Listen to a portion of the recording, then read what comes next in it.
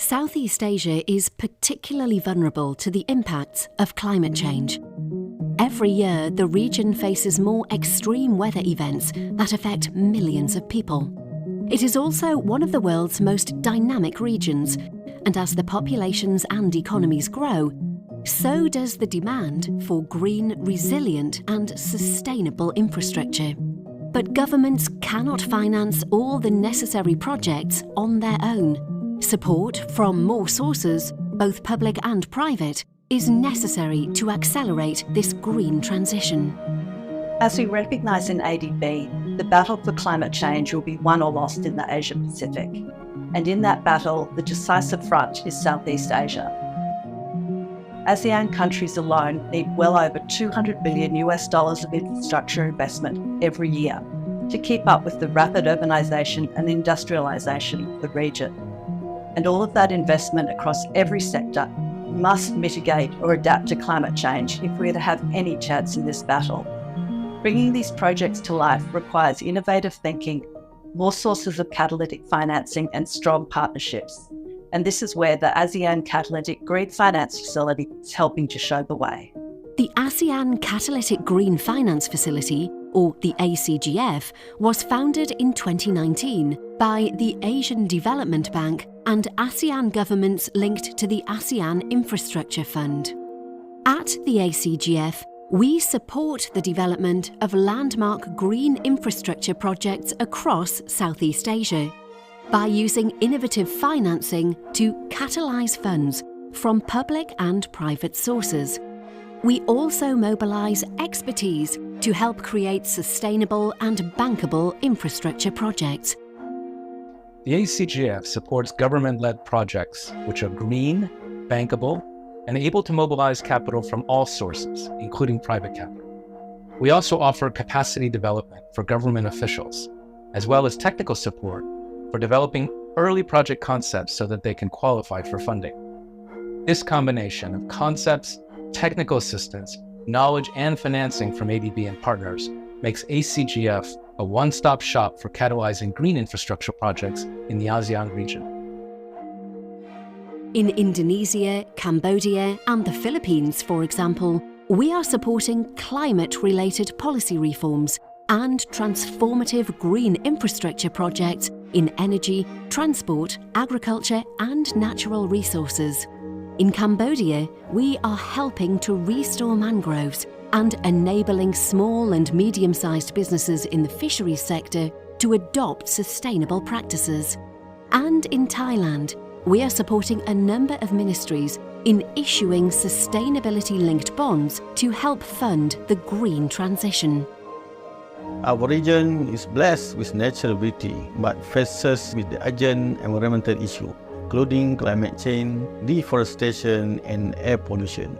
Green finance and infrastructure are vital, protecting our environment and boosting our economy, with benefits like job creation, innovation, and investment in sustainable projects, ensuring long-term stability and prosperity. Green finance is not merely an option, it is an imperative. The ACGS play a key role in this transformation, speeding up the transition toward the sustainability. Since 2019, we have brought together financing, knowledge, and skills from some of the world's leading development organizations. Infrastructure and finance are at the heart of the region's economic recovery, and these feature in most of the stimulus packages in the region. Making these green and resilient strengthens both climate and socioeconomic resilience of affected communities in the region. I believe that the ACGF will pave the way for a green recovery in Southeast Asia by integrating international standards for climate impact and by developing and investing in resilient and low-carbon projects. By now, we have become ASEAN's most prominent platform in mobilizing ideas, capital, and partnerships to drive green infrastructure. To learn more about the ACGF, our projects and initiatives, and how we can help, go to adb.org/ACGF or scan this QR code.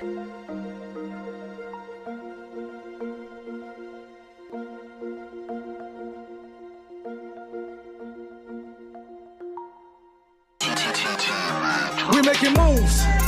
We making major moves. We making moves.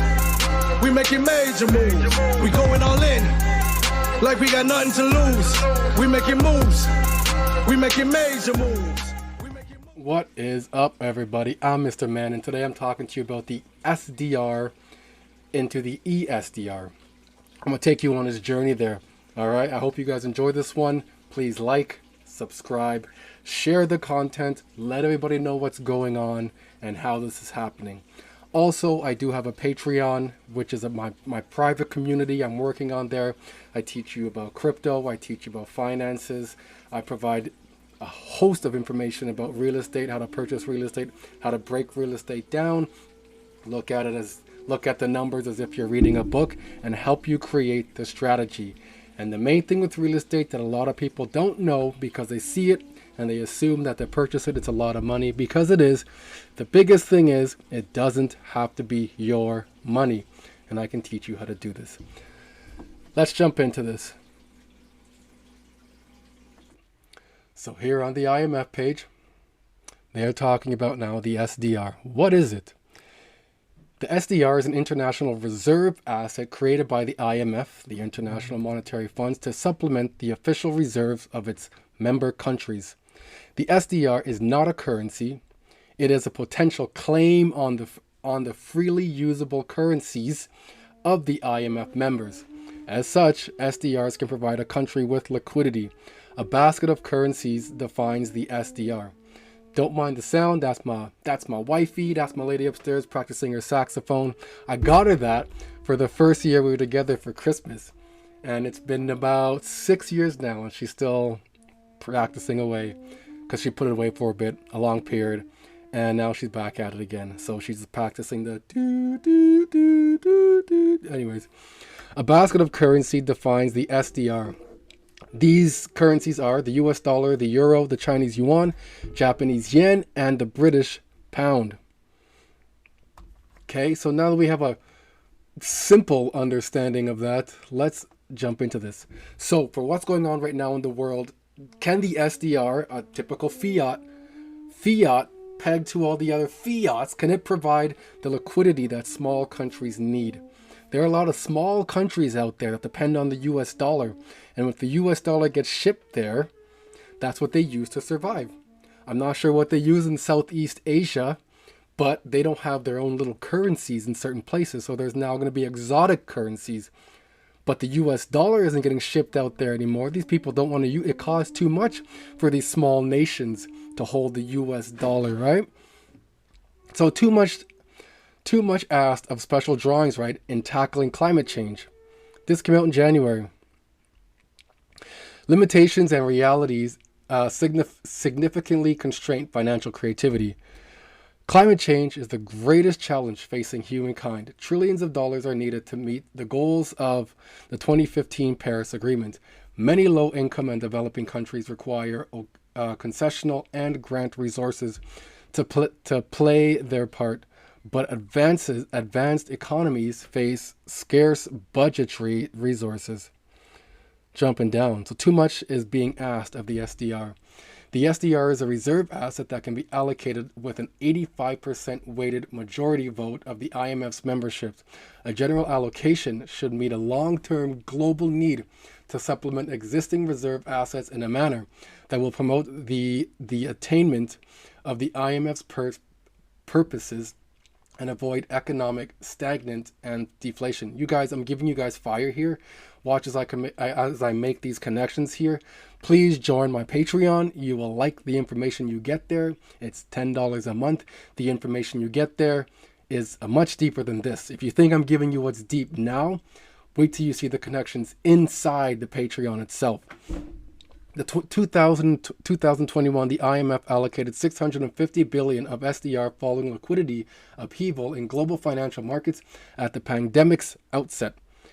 Consistent with fund rules, the allocation was distributed according to members' weights, so advanced economies received the bulk of the funds. These tiny little countries did not receive anything because the bulk mass countries, based on their currencies, were able to get more of that, right? Based on their weight. By the time the allocation, liquidity stresses in global markets had largely dissipated, with the bulk of SDR allocations allocated to the largest IMF members with little need for supplemental resources, the likelihood was that the funds would, as in part, simply sit on their books. It would just sit on their books. Okay? So now, that fiat currency is moving too damn slow. Digital SDR to enhance payment systems back in 2019 by OMFIF. e-SDR composite token could improve back-end processes and lower compliance costs. Cross-border payments are growing rapidly, propelled by service trade, demand from foreign investment flows, and workers' remittances, but remain costly, slow, and opaque. Processes are complicated by the presence of multiple parties, regulatory approaches, and capital requirements, as well as different in technical and operational standards, legacy systems, and infrastructure. Concentrated market structures and information asymmetries exacerbate the cost. Businesses and individuals are looking for faster, more convenient, transparent, and inexpensive cross-border payment methods. While there have been innovations, they are often limited to the front-end user experience. The back-end clearing and settlement payment networks still go through traditional value chain optimized for high-value, low-volume transactions involving banks. There is a burgeoning need for technologies to improve back-end processes, lower compliance costs, and transform payment means. Models involve bilateral connections between domestic e-money services, extended an e-money system to multiple countries, and creating a peer-to-peer payment network accessible in multiple countries. I'm not talking about Bitcoin here. This has nothing to do with Bitcoin. Keep your mind off of that. Bitcoin is not in the same level that we're at here, okay? We're not talking about some Mickey Mouse, orange, shiny, whatever you want to call it. Digital shine. One way to facilitate cross-border payments would be the use of digital composite asset of stable value based on the special drawings right, the IMF composite currency unit. So the development of this e-SDR has its genesis in a 2017 speech by Christine Lagarde, the IMF managing director and soon-to-be European Central Bank president. She's already there now. This is 2019. In which she said, the fund will also have to be open to change, from bringing new parties to the table to considering a role for a digital version of the SDR, right from the horse's mouth. The value of the e-SDR is based on the SDR basket of currencies. So essentially you can take this basket, fiat basket, tokenize it, deposit it into this digital currency, this e-SDR, tokenized deposit. It exists in the form of digital tokens and represents a claim on the freely usable currencies of transacting parties and can be exchanged for those currencies. Pardon me if you hear my breathing and my swallowing my breath, swallowing my the liquid in my mouth there. Let me just move this mic away. Keep that in mind. I told one of the followers I would, so actively stating it out there to let you know that I'm actively thinking about it and doing that. I hope the volume is loud enough still. The e-SDR possesses banknotes. Characteristics, it bears a monetary value, is protected by multiple security features, is uniquely identifiable and traceable. Its supply is controlled by the participating authorities, its values are backed by the issuing authorities, and it is interoperable across payment systems. Central banks could make use of the e-SDR by issuing what would in effect be a universal central bank digital currency for cross-border transactions. So each jurisdiction has their own CBDC, right? There's a stable coin in different jurisdiction, and then there's the CBDC from the central bank, and the central bank CBDC latches onto that stable coin. And now you got a CBDC backed stable coin.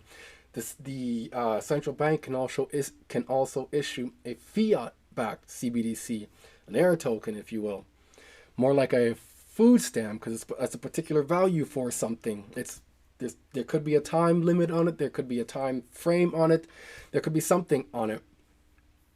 central banks could make use of the e-SDR by issuing what would in effect be a universal, okay, I read this, currency composite of its weight. It would be a stable instrument with no additional volatility, trading, or investment activity, nor danger of manipulation. To illustrate, listen to this. More central banks could join. To illustrate, Southeast Asian central banks, which already hold SDRs in their reserves, could issue e-SDRs for regional cross-border payments. Southeast Asia. Foreign exchange costs would be reduced through direct settlement between central banks, as payments would move from currency A to e-SDR to currency B. What does that look like? This is what it looks like. Here's the IMF with their special drawings, right? That they have their basket of currencies, the yuan, the yen, US dollar, the whatever else there is.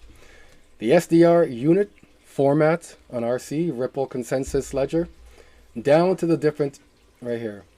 That's what the SDR would be at that point. Special drawings, right, sent to countries over public ledger. And again, this is just, a pilot or a prototype still.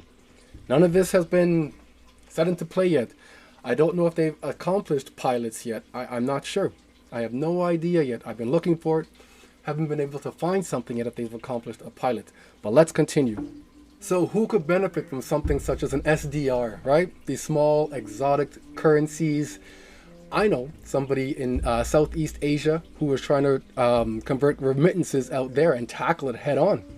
They want to attack the globe. This is a small cap company right here, created by the same individual who created Ripple, who created Stellar, and also Velo. Talking with my guy Jed McCaleb, okay? So Velo Labs and Inception partnered to revolutionize Southeast Asian remittances. So on Thursday, October 27, 2021, Velo Labs, a blockchain-based cross-border settlement technology company, has recently formed a partnership with Inception, a financial service company that specializes in cross-border remittance in Southeast Asia. Inception is a leading international payments company in Asia. The partnership will use Velo technology to move Inception's remittance business in Indonesia, Malaysia, Philippines, and Singapore from traditional legacy settlement systems to more efficient blockchain starting this quarter. This will significantly improve not only the cost to serve, but the speed and fees associated with customer transactions. Now, just following down the line, the years, we're jumping to 2023. Velo Labs partners with Wave to boost crypto cross-border payments in Eastern Europe and Southeast Asia. So according to Foresight News, Web3 financial ecosystem, Velo Labs has announced a strategic partnership with blockchain platform Waves. The collaboration aims to promote crypto cross-border payments between Eastern Europe and Southeast Asia through Velo's QR code payment solution, Orbit. What is Orbit? This is Orbit. Check this out.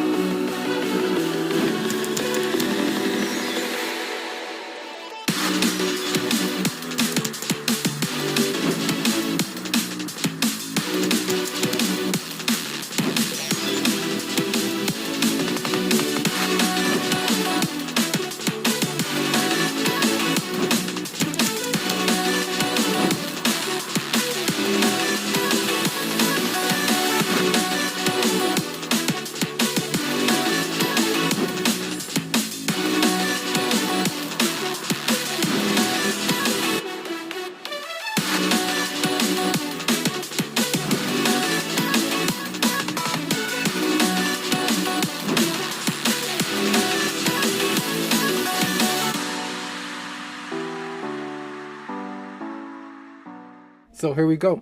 Jumping forward to March 2024. We are now April 21st, 2024. This is a month later now. Velo is enhancing its own ecosystem through interoperability. You don't say.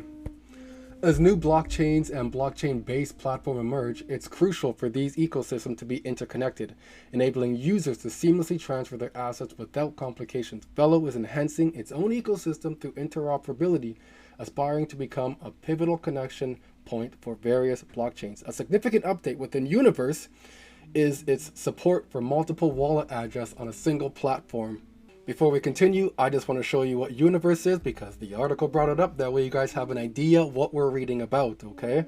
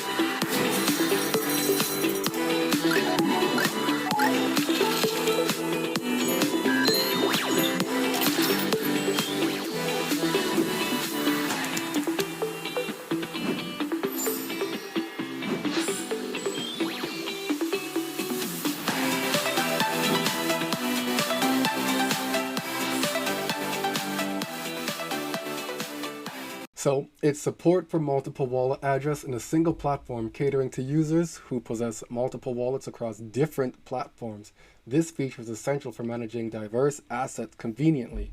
Furthermore, Universe is integrating multi-chain login and registration support for networks such as Solana and Tron, thereby improving Velo's accessibility and usability. Efforts are in place to refactor the user database and management code, ensuring a smooth and secure experience. Velo is advancing its blockchain integration by incorporating the Solana and Tron network, aiming to offer enhanced deposit and withdrawal functionalities to enrich the ecosystem. This initiative involves deploying Solana and Tron chain node and full node functionalities, thereby broadening the network's diversity and user options. This is why Solana's been going off, right? Solana's being used by a few chains here.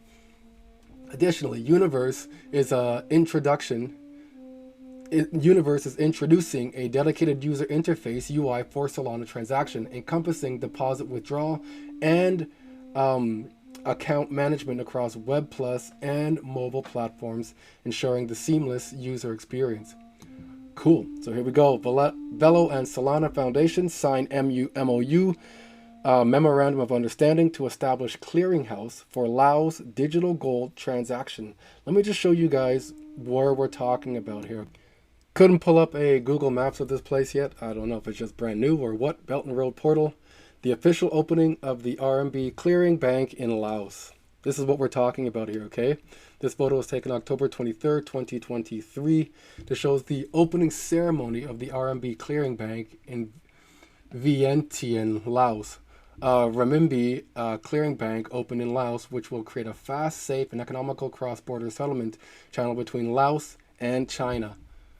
Cool. That's what we were reading here. So, this came out April 8th, 2024. Velo in collaboration with his partner LightNet. What is LightNet, you're asking me? Here is a spotlight on Velo Labs' partnership with LightNet. Right there. Velo Labs for faster, cheaper, and more secure cross-border payments. Velo Labs' mission is to revolutionize financial services, which are inefficient, slow, and expensive. We believe blockchain technology can underpin these improvements. Areas we are improving range from international payments to tokenized real estate. Wicked! Out in Southeast Asia to create a new, more efficient cryptocurrency exchange.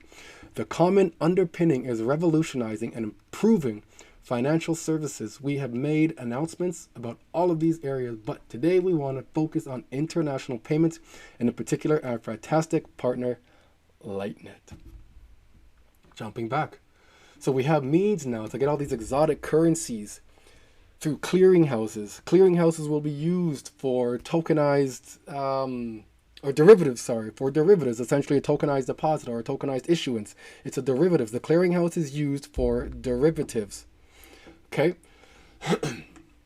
So that being said, we have the ESDR by the IMF, or a group or an entity, a consortium of banks or financial institutes or somebody else, not just one individual anymore, not just the IMF.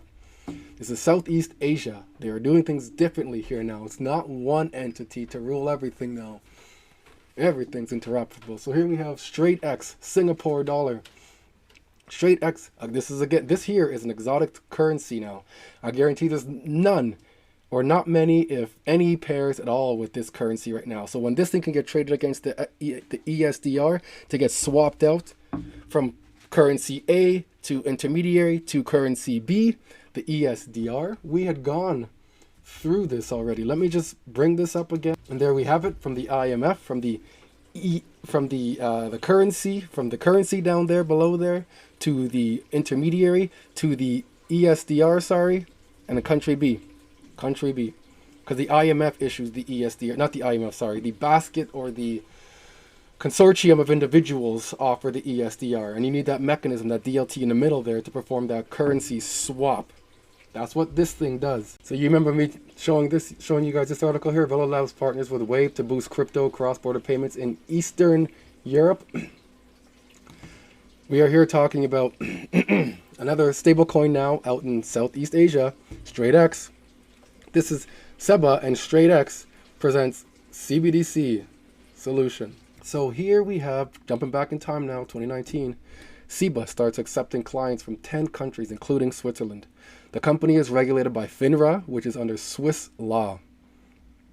Swiss crypto-focused banking startup SEBA on Thursday announced that it has started to take clients from 9 additional jurisdictions apart from its home clients in Switzerland. The newly added jurisdictions are Singapore, Hong Kong, UK, Italy, Germany, France, Austria, Portugal, and the Netherlands. Bunch of European countries there. With this, the banking startup is now taking institutional and private professional clients from 10 different jurisdictions. SEBA made headlines on Thursday when it received the banking and securities dealer's license from Switzerland Financial Market. Supervisory authority FINMA became the first crypto-related company to receive such license along with its market competition Signum. Ripple is partners with Signum. So let's go over this stable coin now, or this CBDC.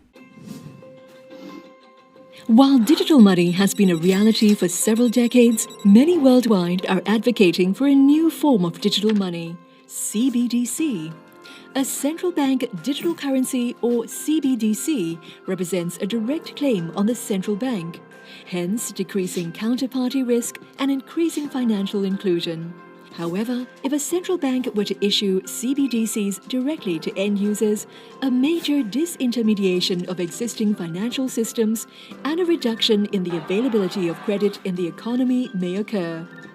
To address these issues, Straits X and SEBA Bank conceptualized a hybrid CBDC, in which CBDCs get distributed by existing financial institutions, and a direct claim on the central bank is established. With this model, financial institutions will continue to provide credit to the economy, while making sure that money distribution is safe and compliant. To enable financial inclusion while giving new properties to money, our architecture offers interoperability across multiple infrastructures, so payments can leverage the most suited network for each use case. This enables both account-based and token-based payment systems, permissioned and permissionless networks, as well as various use cases, be it domestic or cross-border transactions, small or large amounts, or if you prioritize speed or fees.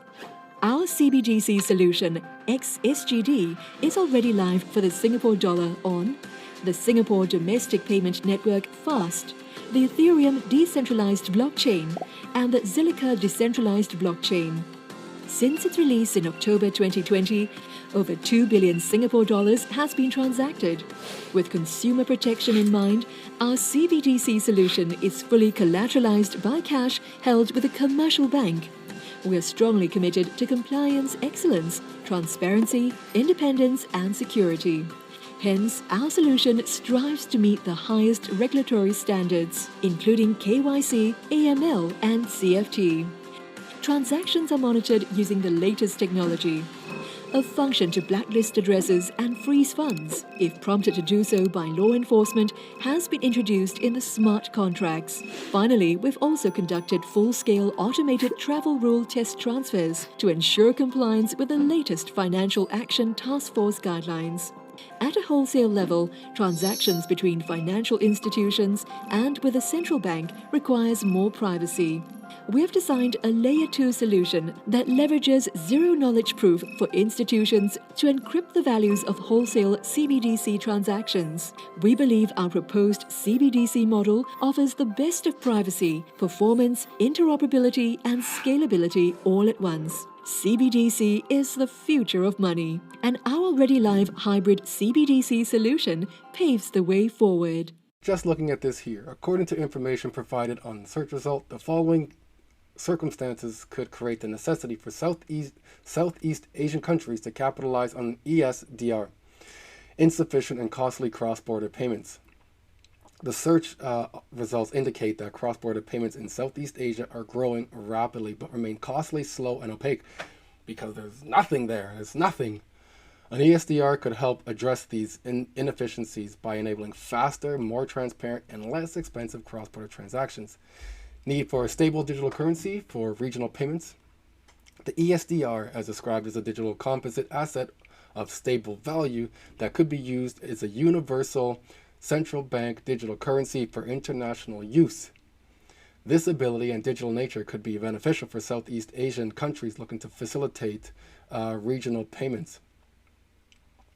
The search result mentioned that Southeast Asian banks, which already hold SDRs in their reserves, could essentially issue e-SDRs for regional cross-border payments. So then at that point, it becomes a tokenized deposit. If they have SDRs, they could not convert that, but like tokenized deposit that into an e-SDR. This existing familiarity and exposure to the SDR mechanism could make Southeast Asia an attractive region to pilot an e-SDR initiative desired to reduce foreign exchange costs. An e-SDR-based payment network could reduce foreign exchange costs through the direct settlement between central bank, as payments would move from currency A to SDR to currency B. What does that look like? From currency A to e-SDR to currency B. This could be particularly beneficial for Southeast Asian countries looking to optimize their cross-border payments costs. Potential for faster implementation compared to multilateral efforts. The search results suggest that a private sector-led e-SDR initiative may hold more promise for future implementation for a global solution for cheaper, quicker, and more transparent cross-border payments. Southeast Asian countries may be interested in this potential for quicker adoption. In summary, the combination of inefficiency cross-border payment systems, the need for a stable digital currency, existing SDR holdings, desire to reduce foreign costs, and the potential for faster implementation could create the necessity for Southeast Asian countries to capitalize on an e-SDR initiative. We know stablecoin season is coming up in June. You see there that Southeast Asia in Singapore is ready to deploy. With that, please like, please subscribe, please share my content, please subscribe to the Patreon. It's $10 a month and you get a world of wealth. If you thought this was deep, wait till you get into Patreon and I teach you how to break down real estate and purchase real estate, and I show you how these cryptocurrencies are working together. I'll see you in the Patreon. Catch you later. We making moves. We making major moves. We making moves.